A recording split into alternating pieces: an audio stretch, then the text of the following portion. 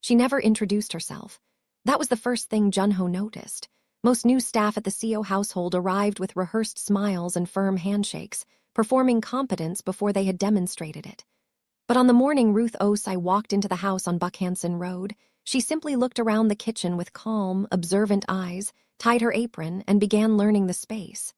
No speech, no performance, just presence. Junho watched her from the hallway for almost a full minute before she noticed him. "I'm Ruth," she said, without apology for not saying it sooner. "I know," he said and walked away. That was 7 months ago. Junho Seo had built his architecture firm on one principle: discipline. Not passion, not inspiration. Discipline. He woke at 5, ran 6 kilometers regardless of weather, ate the same breakfast, and arrived at the office before anyone else. His life was a blueprint, precise, load-bearing, no wasted space. His relationship with Soy had followed the same logic. She was polished and ambitious, and they looked correct together in photographs, which seemed like enough reason to continue. His housekeeper before Ruth had been a gentle, forgetful woman named Mrs. Choi who left things slightly wrong. The cups on the wrong shelf, the blinds half open. He had tolerated it for 2 years because correction felt cruel. When she retired, the agency sent Ruth, and Junho had nearly turned her away. Not for any reason he could name clearly. Maybe because she looked at him like she was already deciding what she thought of him, and he wasn't used to being assessed.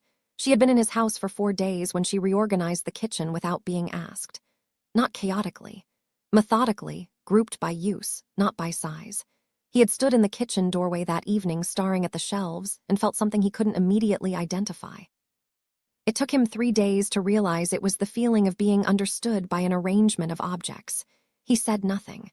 But he noticed. Soy arrived that Friday evening with 2 colleagues in tow, unannounced, the way people do when they are comfortable enough in a space to forget that other people live in it too. Junho was in the middle of a call. He watched through the glass wall of his study as Ruth appeared quietly with a tray of drinks, things she had prepared without being asked, because she had somehow anticipated the disruption and chosen grace over inconvenience. One of Soy's colleagues, a man named Tiong with expensive shoes and a dismissive face, held out his empty glass without looking at her. Just extended it sideways into the air. Ruth took it, refilled it, returned it. Tiong never looked up. Junho ended his call earlier than he meant to. At the kitchen door later, when everyone had gone and the house was quiet again, he found Ruth washing dishes. Not rushing, steady. "You didn't have to serve them," he said. "She kept washing." "I know. They weren't my guests."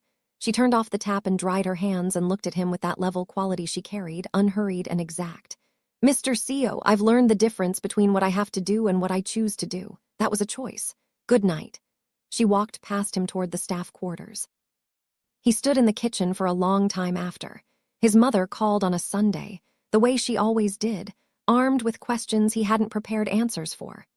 Myung-suk Seo was 71, sharp as filed steel, and had spent 40 years seeing through people before they saw through themselves. She had visited 3 weeks earlier. The visit had been unremarkable except for one evening when a headache had kept her from dinner and Ruth had appeared at her door, unprompted, with warm barley tea and a cloth folded with precise humidity just below burning. Myung-suk hadn't mentioned it. Ruth hadn't mentioned it. It had simply happened. On the phone that Sunday, his mother didn't ask about the firm. She didn't ask about Soy. She said, "That young woman you have keeping your house." Junho waited. "I want you to think about what kind of person shows up at someone's door in the dark with exactly what they need before they ask for it. She's good at her job, Iyama." Junho. His mother's voice dropped the way it did when patience was being deliberately applied. "I have had good employees. I have had kind employees. I have met very few people, of any background in any context, with the kind of instinctive attentiveness that girl carries like it's something she was simply born organizing herself around. That is not job performance. That is character." The call ended shortly after, the way his mother's calls always ended, not with conclusions but with questions left open on purpose, like windows. The incident with Soy happened on a Tuesday. It was nothing dramatic. That was what made it cut. Ruth had placed a document folder on the counter that Junho had left in the entrance hall. His presentation materials, which she had gathered, organized by page sequence she couldn't have known unless she had looked, and paper-clipped with a note that simply said, "Board meeting, Thursday." Third tab is misaligned. He had not asked her to look at it. He had not mentioned Thursday. She had seen the folder with the firm's name, cross-referenced the week's schedule on the household calendar he kept on the refrigerator, and done the math. Soy picked up the folder, flipped through it briefly, and set it back down. "She really does go through your things," she said, not to anyone in particular. Ruth was at the counter 3 meters away. The room didn't change temperature exactly. But something in it shifted. Junho looked at Soy. Then at the counter where Ruth's back was straight and her hands were moving with quiet, unchanged purpose. She had not paused, had not stiffened. She simply continued as though words like that were weather, and she had long since learned to walk through weather without commentary. That composure destroyed him quietly. He didn't say anything. That was the part he couldn't release. He stood there and said nothing, and Soy moved on to another topic, and Ruth brought them both tea 12 minutes later without a flicker of anything on her face, and Junho drank it knowing he had failed some essential test of himself. He and Soy ended on a Thursday. Not with rage. With the worst thing, accuracy. They sat in the living room they had furnished together, and he told her the truth in the most careful voice he knew.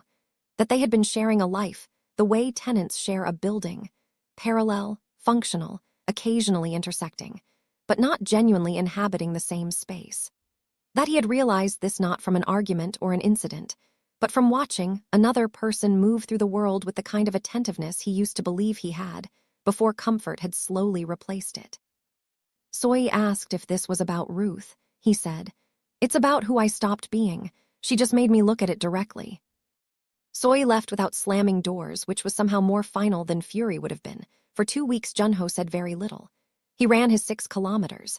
He went to the office. He came home. He ate. He worked. And somewhere in the background of all of it, Ruth maintained the house with the same unhurried exactness, and sometimes in the evening he would hear her moving through rooms and feel the house settle like a breath exhaled. His best friend Yongmin said, over drinks one night, "You're somewhere else." "I know." "Where?" Junho turned his glass. "Have you ever been in the presence of someone so straightforwardly decent that it makes you take inventory of yourself?" Yongmin was quiet for a moment. "Are we talking about her?" I ended things with Soy. "I know, you told me. Are we talking about her?" Junho didn't answer.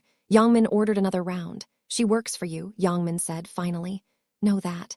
You know it's not that simple." "I know that too." "And," Junho said, "and I think I've spent a very long time designing my life around what's clean and simple. And I'm not sure that was discipline. I think it might have just been cowardice." He found her one evening in the garden, which she had taken to tending on the weekends without it ever being discussed. She was replanting something in the far corner, and she didn't hear him until he was a few feet away, and then she simply looked up and waited because that was what she did. She did not fill silence with noise.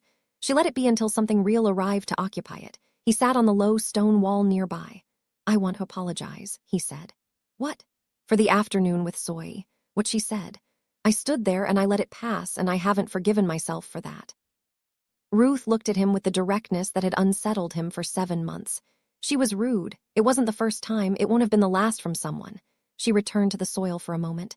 "But you came to say it anyway. That's the part that matters. You didn't even react that day. Reacting would have cost me something. Letting it go cost me nothing." She paused.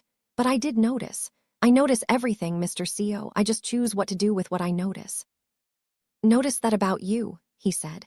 "From the beginning, it made me—" He stopped, started again. "It made me look at myself." She set down the small trowel and looked at him with something that wasn't quite a smile but was adjacent to one. "And what did you find?" Someone who'd been paying the wrong kind of attention for a very long time. Garden was quiet in the way gardens are when something is growing that nobody planted on purpose. She said, "I'm not going to pretend I don't know what this conversation is." Her voice was careful, not unkind. "And I'm not going to pretend I haven't had thoughts I set aside because they weren't appropriate to have. But I need you to understand something." She looked at him with full, unguarded honesty. "I am not a lesson. I am not a mirror you hold up to find yourself again. If whatever this is about that, then I'd like us to say goodnight and let this be a garden I watered once." "It's not," he said, and the simplicity of how he said it, without defense, without performance, was the most honest thing he had heard himself say in longer than he could calculate. She studied him. "Make groundnut stew on Sundays," she said finally. "I have been making it in your kitchen for 7 months and I have never had anyone to share it with. I don't know if you eat groundnut stew." "Never tried it." "Then Sunday," she said, and picked up the trowel again. "And we'll see what you notice."